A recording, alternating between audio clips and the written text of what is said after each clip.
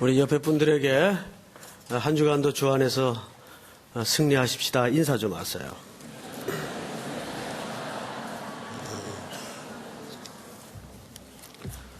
우리 지난주는 현혜욱 선교사님 파송 예배가 있었죠.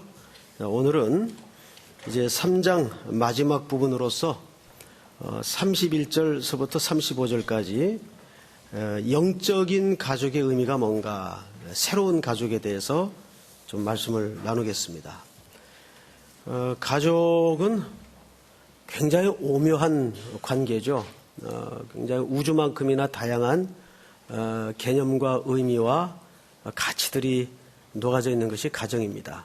요즘은 옛날에는 이제 고아원이라고 그랬죠. 보육원 같은 데를 가도 요즘은 가족 단위로 아이들을 이렇게 아파트처럼 가족의 관계와 개념을 경험할 수 있도록 묶어주는 데가 점점 늘어나고 있어요.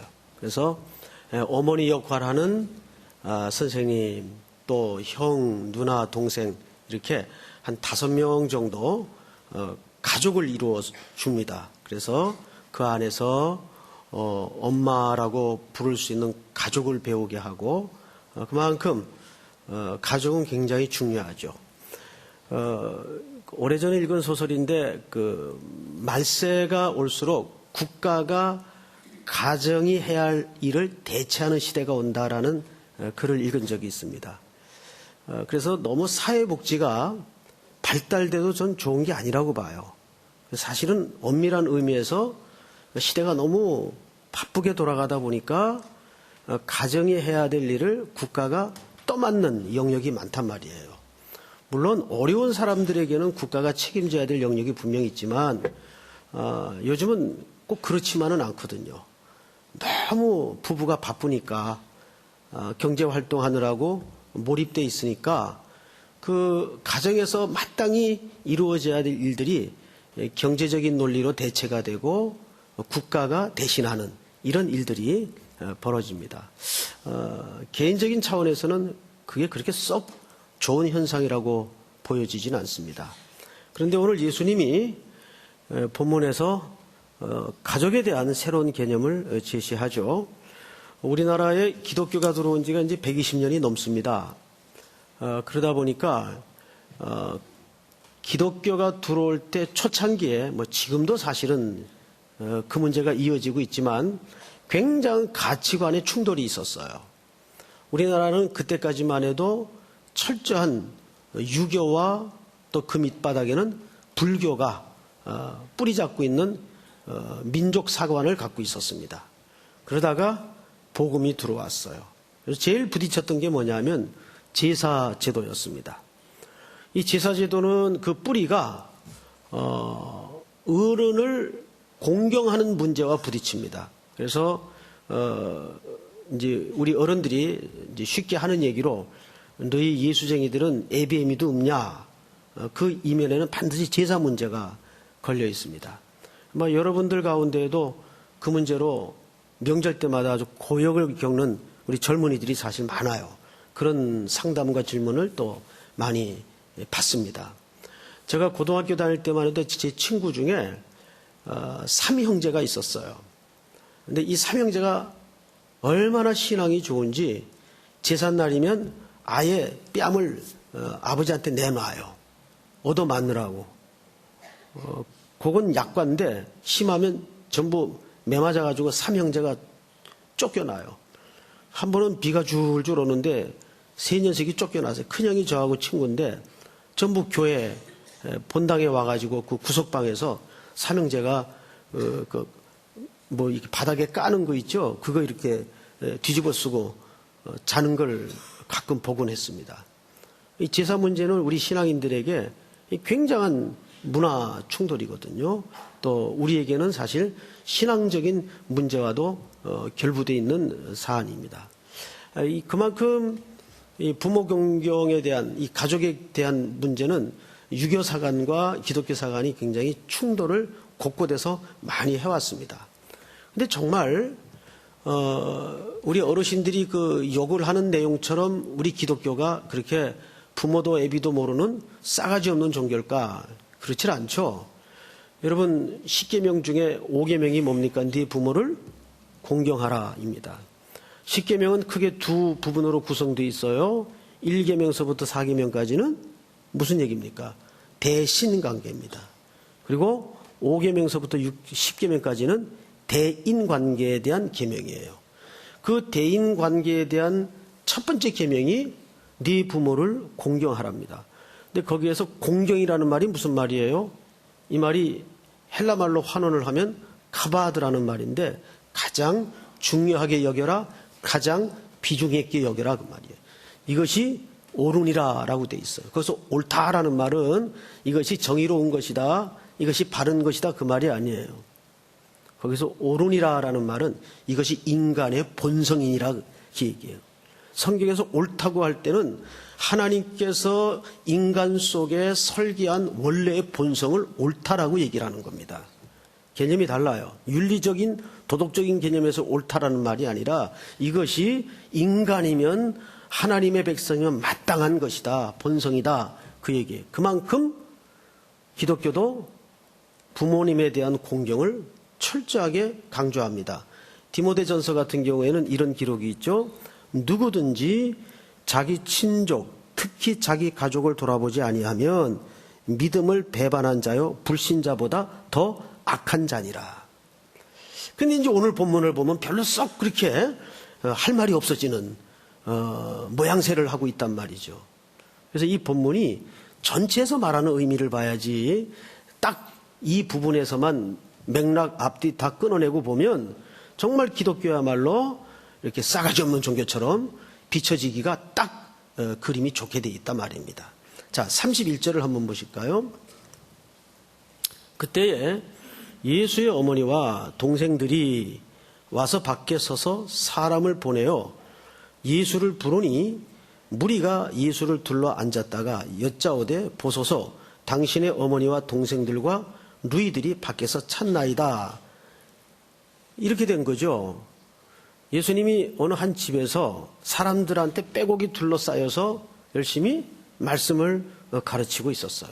주님은 거의 모든 시간을 말씀 가르치는데 사용을 했습니다. 대답하시되 누가 내 어머니며 동생들이냐? 그러니까 이 말 때문에 많은 오해를 해요. 그래서 이 말은 밖에 서 있는 사람들은 나랑 상관없다 그 얘기가 아니라 이 질문을 빌미로 중요한 새로운 영적인 가족 공동체가 무엇인지를 주님이 설명하고 싶은 의도를 이 속에 사실은 감추고 있는 거죠. 자, 그러면 이것을 좀 문법적으로 한번 보겠습니다. 33절을 보세요. 대답하시되 이렇게 시작이 됐는데 원래 그 원문을 보면 카이라는 말로 시작이 돼요. 카이. 근데 그 카이라는 말이 대문자로 시작을 해요. 자, 저녁마다 마가복음 강의를 들으면서 문장이 바뀌고 그 문장이 대문자로 시작이 될 때는 어떤 의미가 있다? 중요한 강조법이다 그랬어요. 그죠? 기억이 나셔야 됩니다. 기억이 나시죠? 문장이 바뀌면서 대문자로 시작이 될 때는 반드시 그것이 어떤 중요한 강조점을 말하고 싶은 겁니다. 그래서 이 카이라는 말로 시작이 되는데 이게 대문자로 시작이 돼요. 게다가 티스, 누가라는 뜻인데 33절을 보세요. 대답하시되 누가 이 말도 대문자로 시작을 했어요. 그러니까 이 말 속에는 매우 중요한 예수님의 암시를 담아내고 있습니다. 누가 내 형제고 내 부모냐? 이제부터 내 형제고 내 부모를 내가 새롭게 정의해 주겠다. 그리고 어떻게 하셨는가 하면 34절을 보세요. 둘러앉은 자들을 보시며 이르시되 내 어머니와 내 동생들을 보라. 밖에서 지금 피를 나눈 친어머니와 동생들이 찾고 있는데 누가 내 어머니고 누가 내 형제냐?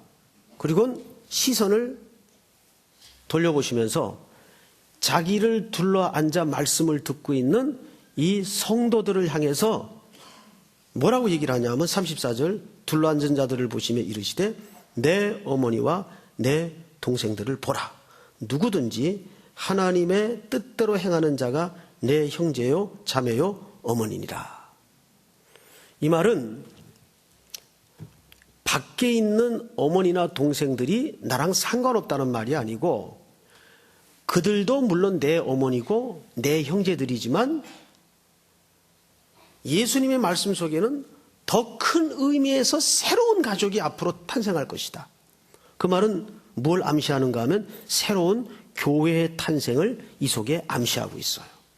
그러니까 우리가 이제 신앙생활을 하면서 제일 열심히 강조하고 배워야 될 게 뭐냐면 교회가 무엇인가 합니다.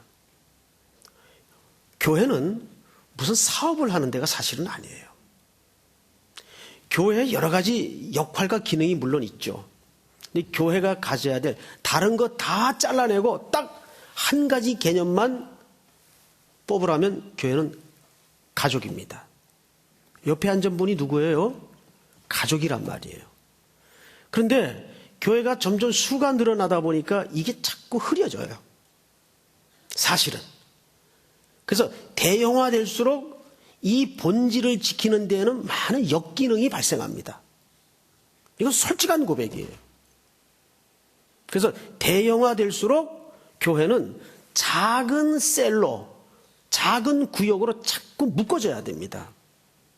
안 그러면 여러분들이 몇십 년을 삼일교회 출석을 해도 그냥 청중으로 왔다 앉아서 예배드리고 가는 것 이상은 아무것도 아니에요.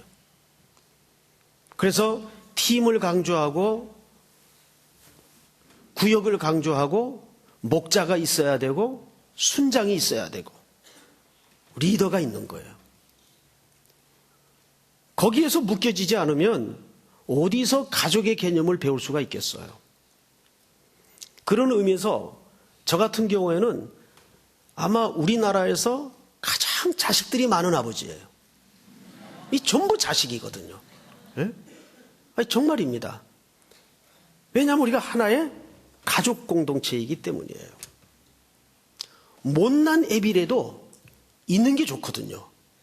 사고 치는 애비라도 없는 것보다는 있는 게 좋거든요. 가족이란 말이에요.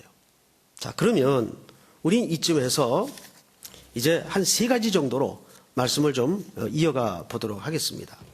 어떻게 그러면 이와 같은 영적인 가족이 되어가는가? 여기에는 첫 번째 조건이 반드시 영적인 체험이 아니라 영적인 절대 체험이 있어야 됩니다. 영적인 체험과 영적인 절대 체험의 차이가 뭐예요? 자, 방언의 은사, 이거는 절대 체험은 아니에요. 상대적 체험이에요. 어떤 사람은 방언할 수 있지만 또 어떤 사람은 방언할 수 없는 경우도 많아요.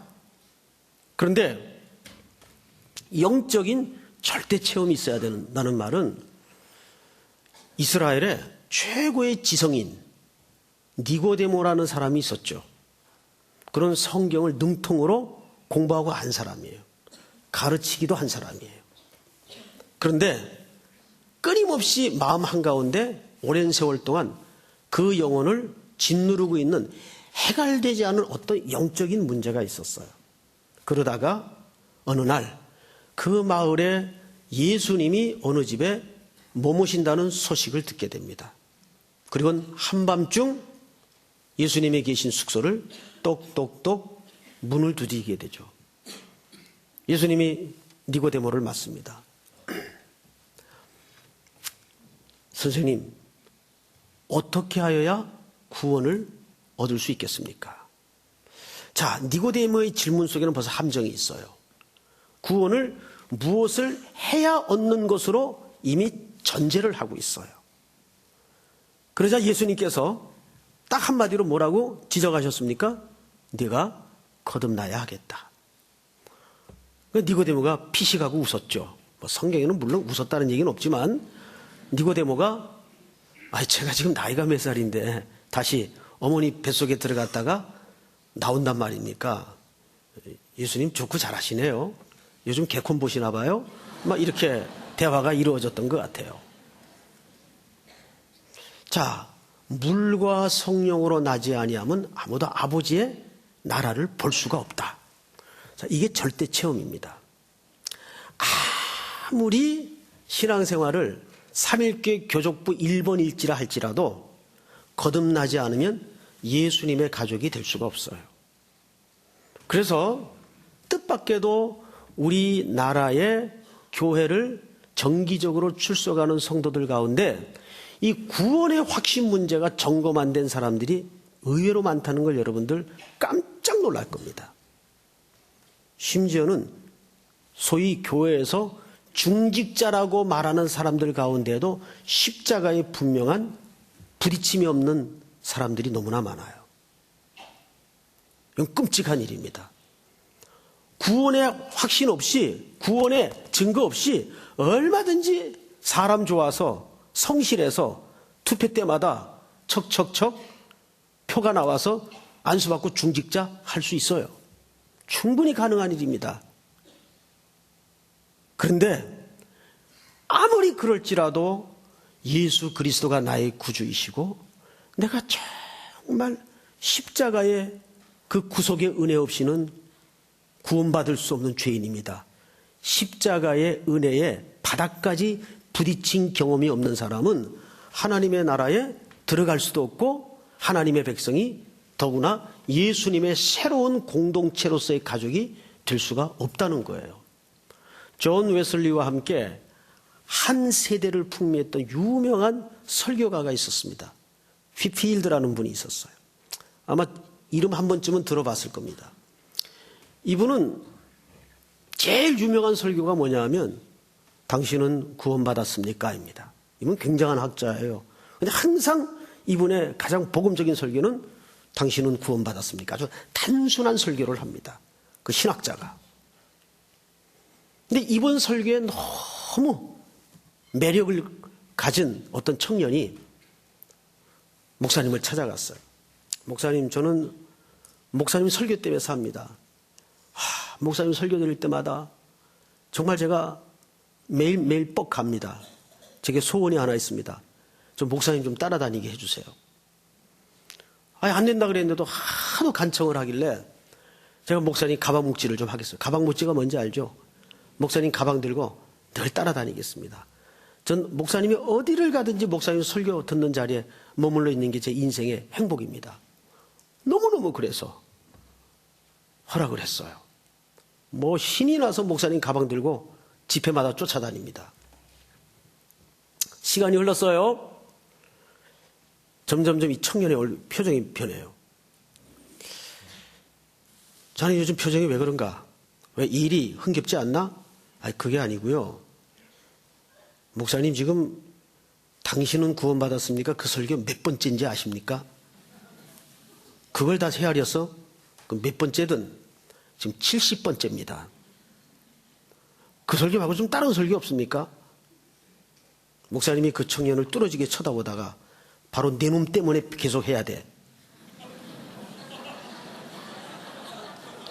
목사님이 볼 때는 이 청년이 아직 거듭나질 않은 거예요. 그냥 말씀이 듣는 게 좋았던 거예요.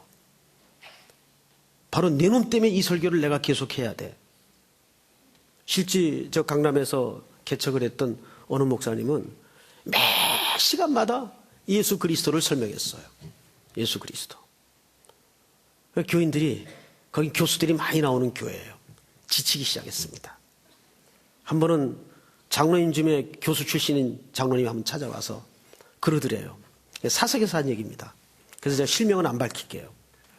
목사님, 그 예수 그리스도 설교 말고 좀 이제는 다른 주제로 좀 다양한 주제가 많은데 그런 설교를 좀 해주십시오. 이 목사님이 그럼 내가 사표를 내죠. 실직을 했답니다. 그래서 아주 사표를 내버리신 건 아니고 그럼 내가 사표를 내죠. 그래서 장로님이 기겁을 해가지고 그런 말이 아니고 하고 이제 접었죠. 그리고 은퇴할 때까지 예수 그리스도는 구주이십니다. 그분이 여러분들을 위해 십자가에 죽으셨습니다. 우리는 그 십자가의 공로로 구원을 받았습니다. 이거를 은퇴하는 날까지 설교를 하신 거예요. 여러분, 이게 절대 체험이 있어야 돼요. 이거는 교회 사이즈와 내가 몇 년을 신앙생활을 했냐 아무 상관이 없어요.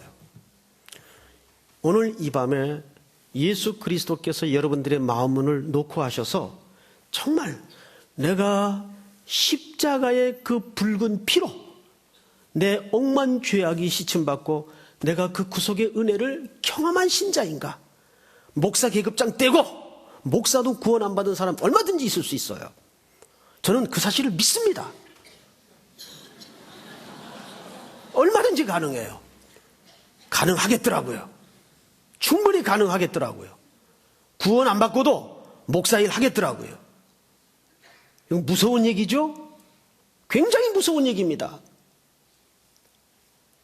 그런데 우리는 이 문제를 개인적으로 한번 질문을 해봐야 됩니다. 누가 내 형제냐? 누가 내 부모냐? 예수님이 이스라엘의 대석학에게 한 말이에요. 네가 거듭나야 하겠다. 오늘 혹 그 질문이 나에게 던져지는 질문은 아닐까? 겸손하게 저를 포함해서 하나님의 말씀 앞에, 하나님의 아들이신 예수 그리스도의 질문 앞에 냉정하게 서보는 복된 밤이 될 수 있기를 축복합니다. 두 번째, 그러면 절대 영적인 체험, 십자가의 체험이 있어야 되고, 그 다음에 뭐예요? 십자가의 체험이 있은 다음에는 이제는 예수 그리스도를 알아가는 성장이 있어야 됩니다. 자, 이제 봄이 되면 남녀가 결혼을 많이 해요. 저도 결혼을 억수로 했죠. 많은 커플을, 전 첫 주례를 재혼 주례를 했어요. 이상하게 그렇게 됐어요. 모 교회에 있을 때인데 제가 그때 나이가 33살 때입니다. 33살 때 지금도 동안인데 와, 제가 실수했습니다. 33살 때는요 진짜 애기 같았어요. 정말이에요. 이거 뭐 잘난 체 하는 것도 아니고 증인들이 많아요. 제가 정말 그때 사진 한번 제가 위에다 스크린에다 한번 걸어 드릴 테니까 깜짝 놀랄 겁니다. 깜짝 놀랄 겁니다. 그런데 거의 그때 재혼하신 분이 60이 넘은 분이에요. 60이 넘은. 제가 이제 교구 담당이어서 할 수밖에 없었어요. 그것도 호텔에서 이제 주례를 했어요. 나이와 상관없이 결혼을 하면 부부가 되는 게 아니더라고요. 결혼을 하면 법적으로 부부가 되는 거죠. 그렇죠? 그리고 이제 어떻게 됩니까? 부부가 되어가는 거예요. 집사람하고 이제 결혼 생활이 얼추 이제 거의 30년이 가까워요. 근데 살면 살수록 모르는 게 새로 나와요. 서로에게. 아, 우리 남편이 이런 좋은 점이 있었구나.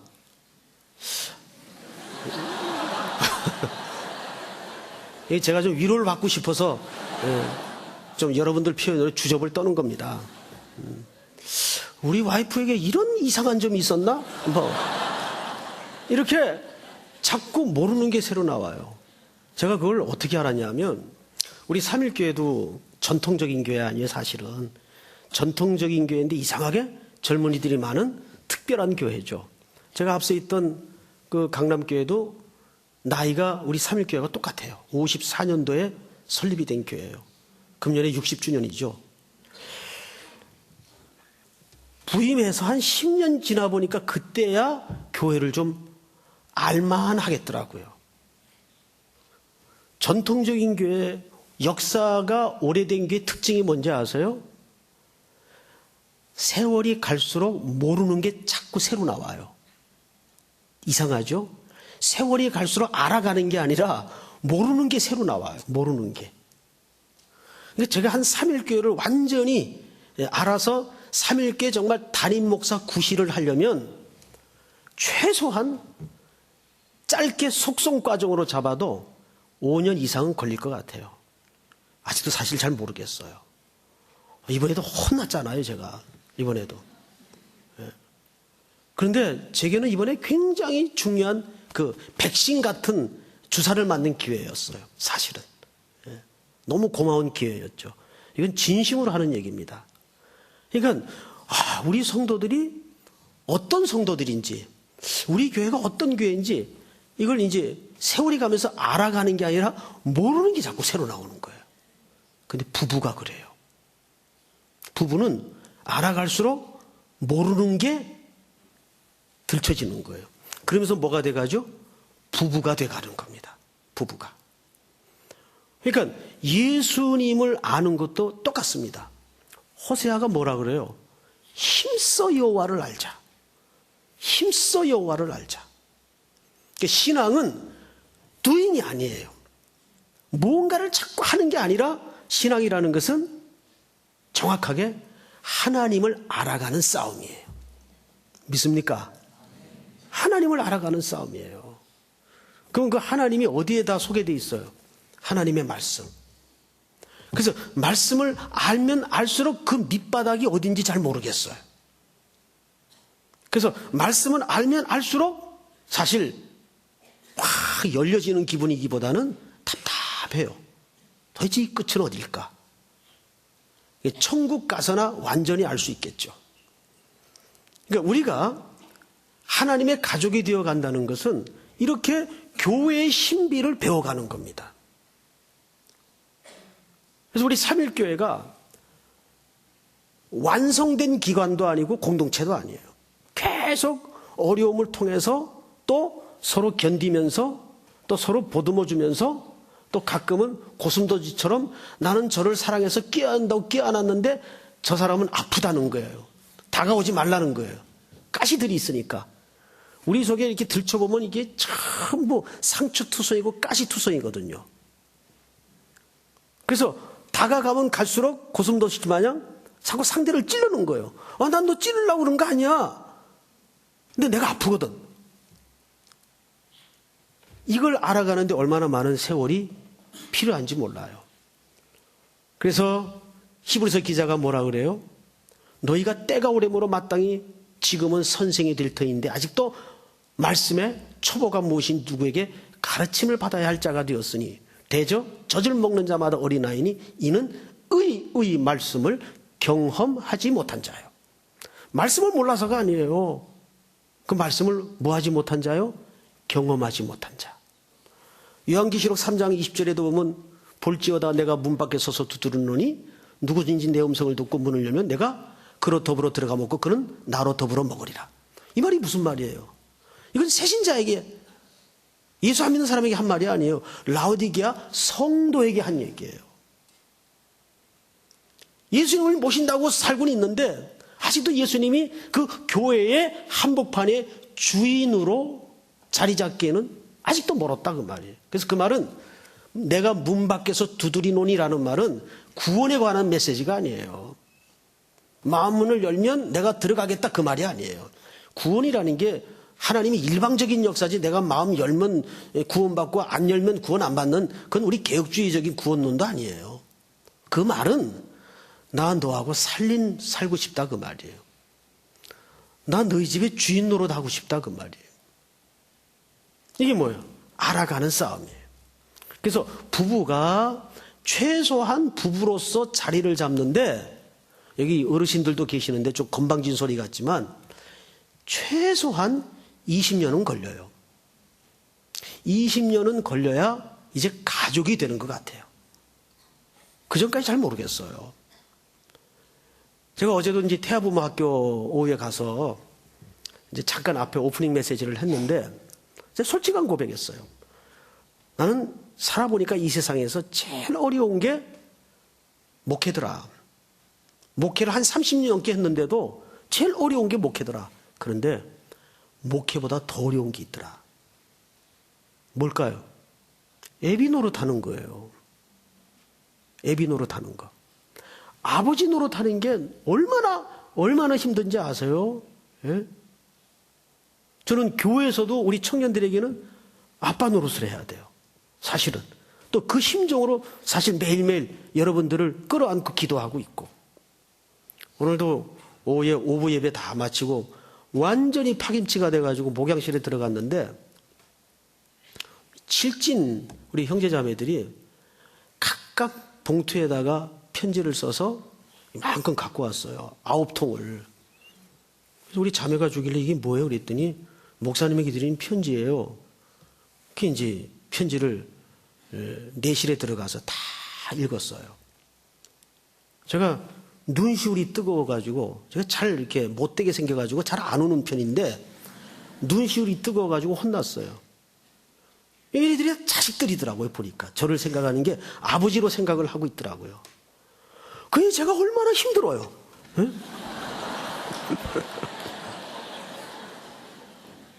그러면서 행복하고 감사하고 부족한 사람이라도 그 아버지로 생각해주는 그 청년들의 순진한 마음이 너무 고맙기도 하고, 정말 이렇게 해서 내가 우리 삼일교회 청년들의 애비가 되어 가는구나, 그런 흐뭇한 마음이 있었어요.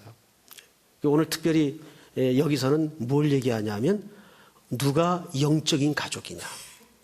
그러면서 예수님이 첫째 거듭나야 되고, 둘째 주님을 알아가야 되고, 마지막으로 뭘까요? 마지막으로 목표가 같아야 돼요. 가족은 바라보는 지점이 똑같아야 돼요. 제가 이제 신대원 들어갔는데, 총신 신대원 들어갔는데 1학년 되면 수련회를 해요. 학기 시작 전에. 근데 우리 총신에서 그때 최초로 어디를 이제 입소를 했는가 하면 가나안 농군학교를 입소를 했어요. 이건 가나안 농군학교 역사상 아주 경이로운 기적 같은 일이었어요. 이런 고리타분한 합동교단에서 그런 가나안 농군학교를 신학기 수련회로 입소를 전교생이 한다는 게 있을 수가 없는 일이었어요. 그래서 그때 그 가나안 농군학교에서 깜짝 놀랐어요. 근데 그 가나안 농군학교 저 원주에 있어요. 한번 가보세요. 굉장히 참 배울 게 많아요. 저는 그때 배운 것 중에 하나가 칫솔에다가 치약을 3mm 이상 짜지 마라, 이걸 배웠어요. 지금 정확하게 그걸 몇십 년 동안 똑같이 합니다. 그때 배운 거를. 치약을 3mm 이상 짜지 않아요. 그래서 좀 모자란다 싶으면 여러 번 짜긴 하지만은 3mm가 사실 부족하더라고요. 3mm가. 그런데 그때 누가 나오셨는가 하면 김범일 장로님이 나오셨어요. 이 장로님이 이제 신학생들을 다 앉혀놓고, 다 전도사님들이죠. 간증을 하나 하시는 거예요. 자기는 이 세상에 제일 원수 같은 인간이 아버지였대요. 너무 아버지가 싫었대요. 왜 나를 낳아가지고 내가 언제 강원도 산골에서 문화단절하고 산다 그랬나? 태어나 보니까 아버지가 그 일을 하고 있는 거예요. 우리 애들도 그러더라고요. 둘째가 태어나 보니까 아버지가 목사야. 지금 미치는 거죠. 응? 스트레스인지 받는 거죠. 목사의 딸로 태어난 게 아니고 목사의 아들로 태어난 게 아니거든요. 그 심정을 너무나 이해를 하는 거예요. 게다가 뭐 문화라고는 아무것도 접촉을 할 수가 없고, 아침에 꼭두 새벽같이 일어나서 기도해야 되고 밭 갈아야 되고 농사 지어야 되고, 너무 싫어가지고 방문 올랐을 때 그 대돌이 있지 않습니까? 돌로 된 신발 놓는데 거기 늘 아버지 신발이 놓여 있었대요. 이렇게 본 다음에 탁 찼대요. 아버지 신발을. 너무 꼴보기 싫어가지고. 그리고 이제 주워다가 또 갖다 놓고 나가고. 그래야 이제 직성이 풀리니까. 그렇게 싫었대요, 아버지가. 그런데 자기가 철이 들어서 은혜를 받고 아버지는 돌아가시고, 그 일을 누가 해야 되는데 자기가 맡게 된 거예요. 지금도 아마 그 일을 하고 있을 거예요. 그 형제들이 다 그 일을 해요. 성남에도 가다 보면 그게 지금 가나안 농군학교 옛날 게 하나 있어요. 저 가끔 거길 갑니다. 거기 가서 그 시골에서 올라온 농어촌 그 목회하는 분들 이제 강의를 가끔 해주곤 합니다. 그 일을, 아버지 하시던 일을 이어서 해보니까 이것이 온 천하를 바꾸고도 누구나 할 수 없는 너무도 귀하고 소중한 일이라는 걸 자기가 그제서야 깨달았다는 거예요. 그래서 늘 신발 신고 올라갈 때마다 대도를 보면 아버지 신발이 놓여있던 그 생각이 나더라는 거예요. 너무 죄송하고 또 이 신앙적 유산을 물려준 아버지한테 감사하고. 근데 내가 왜 이렇게 되었을까? 돌아보니까 아버지가 온 가족의 인생의 방향을 분명하게 설정했다는 거예요. 우리 가문은 이렇게 살아야 된다. 여러분, 물론 가족이 무슨 전략을 짜고 가정마다 비전이 있어야 된다는 말은 아니에요. 너희 가정은 무슨 비전이 있냐? 뭐 이르라는 말은 아니에요. 뭐 그렇게 사는 가정이 뭐 몇이나 있겠어요. 그런데 영적인 꿈이 있어야 된다는 얘기예요. 적어도 그 가정이라면.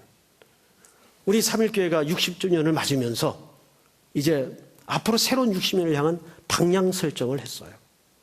저는 여러분들하고 가장 하고 싶은 게 사실은 긍휼 사역이에요. 하나님이 60년 동안 우리 3.1교회에 부어주신 너무도 기적 같은 큰 은혜가 있어요.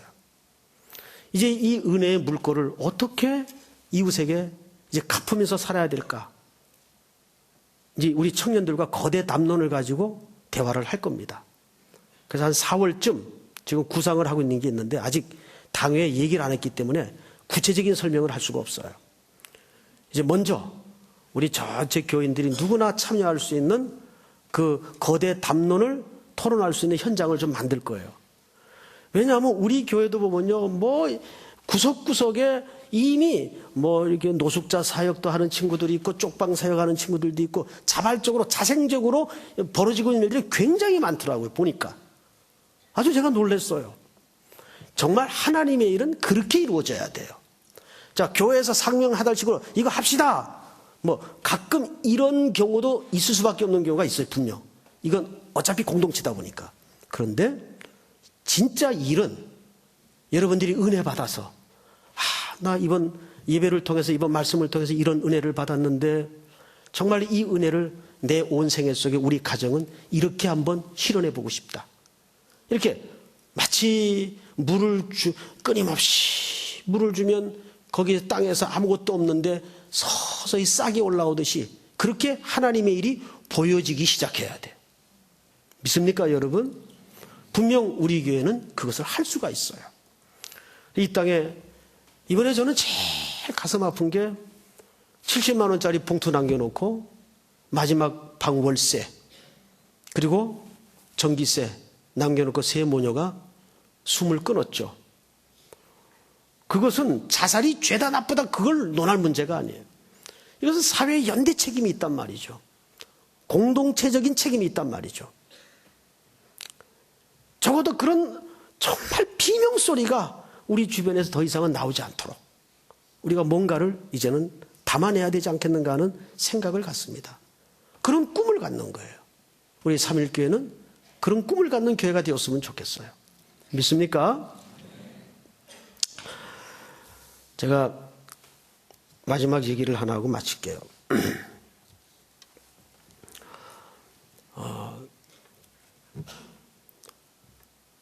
우리 교회는 60년을 지내오면서 참 크고 작은 많은 일들이 있었습니다. 그러다 보니까 우리가 여러 가지로 굉장히 민감해요. 또 그게 당연합니다. 그래서 조금 이렇게 경직되어 있는 경우도 있어요. 사실은. 그래서 이제 제 책임이 뭐냐 하면 우리 만여 명이 넘는 성도들이 조금 마음 편하게 그리고 심령이 행복하게 온전히 하나의 가족이 되어갈 수 있도록 이끌고 갈 책임이 있다라는 생각을 갖습니다. 오늘 이 새로운 가족이라는 주제로 여러분들과 이제 말씀을 준비하면서 그런 꿈을 꿔봐요. 우리 교회가 앞으로 새로운 60년 주님 오신 그날까지 무엇을 해야 될까? 무엇을 해야 될까도 중요하지만 사실은 어떤 성도로 만들어야 될까? 그것이 영적인 지도자로서 심각한 잠 못 이룰 과제고 숙제인 것 같습니다. 특별히 우리 교회는 청년들이 많잖아요. 그래서 이 청년들이 30대, 40대로 넘어가서 사회의 본격적인 주역이 되기 전에 제가 하고 싶은 것은 여러분들에게 온전한 세계를 기독교적인 가치로 볼 수 있는 눈을 갖게 하는 게 지도자로서의 책임 같아요. 그것은 성경적 가치밖에는 제일 절대적인 게 저는 없다고 믿습니다. 그래서 여러분들이 매일매일 예배 오기 전에 항상 일주일의 삶 속에서 첫째, 매일 하나님의 말씀을 읽으십시오. 믿습니까? 이거를 이젠 습관화해야 됩니다. 그리고 반드시 성경책을 가지고 다니십시오. 너무 유치한 주문 같습니까? 아닙니다. 성경책을 가지고 다니십시오. 이건 굉장히 중요합니다. 그리고 예배 시간에 그 성경책을 설교를 따라 쫓아오면서 펴놓고 읽어야 됩니다. 그리고 또 하나는 우리 교회에 많은 청중들이 있어요. 적을 두지 않고 그냥 예배만 참석하는 청중들이 있습니다.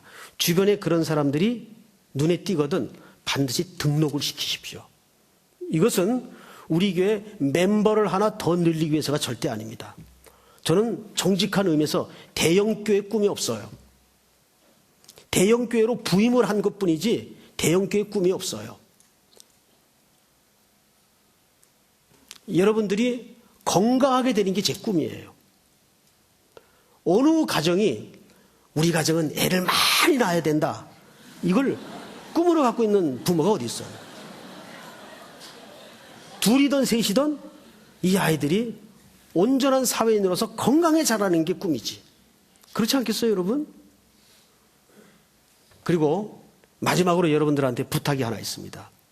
조금 기다려 주십시오. 뭐든지 시간이 걸립니다. 그렇죠, 여러분? 뭐든지 급해가지고 바늘 허리에다가 실을 묶어서 바느질을 할 수는 없어요. 시간이 걸려도 돋보기 쓰고 바늘 귀에다가 정확히 실 꼬여서 묶어가지고 바느질을 해야 옷이 되고 작품이 나옵니다. 그러기 위해서는 터다지기 시간이 필요하고 기초 작업이 필요합니다. 그러니까 미국 같은 데서는 밑에 기초 작업하는데 그럼 2, 3년이 걸려요. 건물이 안 올라와요. 그런데 기초 작업만 딱 덮어버리면 쫙 올라옵니다.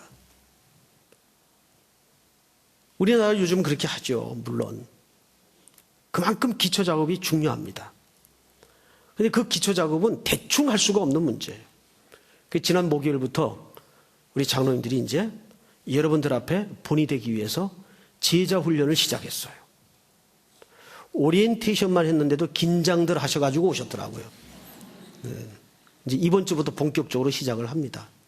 그래서 모든 진원들은 우리 또 청장년진의 장년진의 목자들은 또 우리 성도님들은 제자 훈련을 통해서 무슨 제자 훈련이 무슨 또 하나의 교회 성장을 위한 프로그램이 절대 아닙니다. 주님을 배우고 교회가 무엇인지를 배우고 하나님의 풍성함이 어떤지를 배우는데 이 기초 작업을 하는 겁니다. 그 은혜와 감격이 내 속에 바로 들어올 때 거기에서 이 은혜를 이 사랑을 어떻게 내 온 인생 속에 그리스도인으로서 드러낼 수 있을까? 그 자발적인 고민이 나오는 겁니다. 믿습니까? 그럴 때 드디어 우리는 새로운 영적 가정의 공동체가 되는 거죠. 그 온전한 가정을 꿈꾸면서 또 한 주간을 주 은혜 가운데 승리하는 여러분들이 될 수 있기를 축복합니다. 우리 다 일어나십시다. 우리 보좌 앞에 모였네.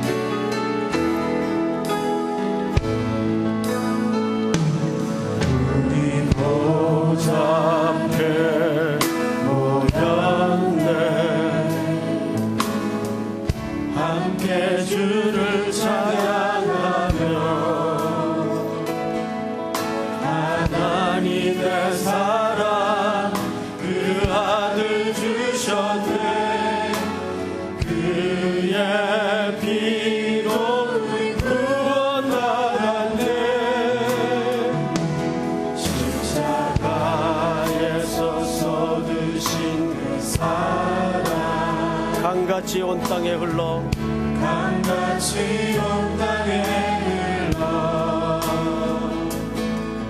각 나라와 족속 백성 가운데서 구원받고 주 경배 드리네. 구원하심이 보좌에 앉으신 우리 하나님과 어린 양께 있도다.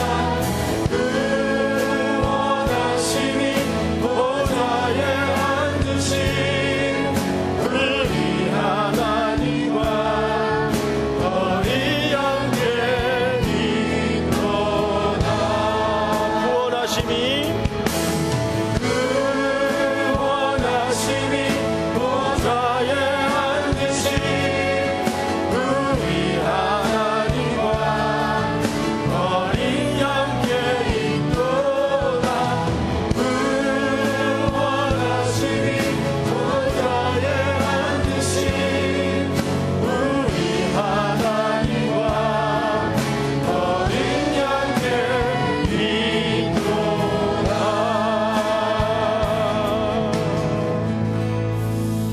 이 시간에는 한번 제가 여러분들을 위해서 한번 간절히 기도하고 마치도록 하겠습니다. 하나님, 부족하고 연약한 종을 우리 삼일교회로 보내어서 너무도 귀하고 귀한 성도들과 아름다운 공동체를 만들어 가도록 명하신 것을 감사합니다. 특별히 이 수많은 젊은이들 그리고 힘들게 살아가는 우리 성도들 머리머리마다 이 시간 안수해 주시옵소서. 저들의 지친 마음에 고단한 심령에 하나님의 말씀으로 새 힘을 주셔서 온 교회가 하나의 가족임을 확인하는 기적과 은혜가 있도록 인도하여 주시옵기를 간절히 원합니다. 특별히 우리 아들, 딸들 일터를 허락해 주시고 저들이 미래의 길을 신실히 열어갈 수 있도록 잘 준비되게 하시며 무엇보다도 아름다운 배필을 허락해 주셔서 건강한 가정을 꿈꾸며 아름다운 신실한 생명의 열매를 이어갈 수 있도록 도와주시옵기를 간절히 원합니다. 오랜 세월 우리 교회를 지켜오며 눈물로 기도해왔던 귀한 어르신들 주께서 그 상급을 주의 나라에 갚으시며 또 변화된 우리 삼일교회 생태계를 바라보면서 노심초사 이 모양 저 모양으로 기도하며 염려하고 애쓰고 있는 많은 젊은 집사님들이 계십니다. 주님, 그들의 마음도 붙드셔서 다시 한번 우리 모두가 한 방향으로 주님의 가족이 되어갈 수 있도록 인도하여 주시옵기를 간절히 원합니다. 부족한 종에게 불쌍히 여기셔서 날마다 지혜를 더하시고 분별력을 주시며 특별히 이 양떼의 모든 기도의 제목들을 끌어안고 무릎 꿇어 기도할 때마다 응답해 주시옵기를 원합니다. 이 청년들이 이 땅에 낮고 천한 곳으로 흘러들어가 정말 주님의 손이 되고 주님의 발이 되어서 주님이 그토록 꿈꾸던 교회가 되게 하여 주시옵기를 원합니다. 한 주간도 많은 일들이 있을 거고 또 많은 사람들을 만날 텐데 담대하게 하시고 지혜를 주셔서 일도 잘 될 수 있도록 도우시고 회사에도 어려운 일 생기지 않도록 도우시며 일터와 가정의 생업의 현장에 공장에 하나님의 사람들로 좋은 일들이 좋은 소문이 날 수 있도록 함께하여 주시옵기를 원합니다. 원수막이 우리 교회를 손대지 못하도록 간섭하여 주시옵소서. 오늘도 보이지 않는 곳에서 여러 가지로 애쓰고 수고한 귀한 우리 아들 딸들 위로하시고 격려해 주시옵기를 간절히 원하옵고 귀한 예물 받아 주시옵소서. 물질 때문에 지독한 어려움을 겪고 있는 우리 성도들에게 한 번만 불쌍히 여기셔서 부채의 몽에도 풀어주시고 또 저들의 이 핍절한 경제적인 문제도 해결해 주시옵소서. 지금은 우리 구주 예수 그리스도의 은혜와 아버지의 사랑과 성령님의 교통하심이 머리 숙여 경배를 드리는 모든 우리 3일의 성도들 머리 위에 이제로부터 영원토록 함께 있을지어다. 아멘.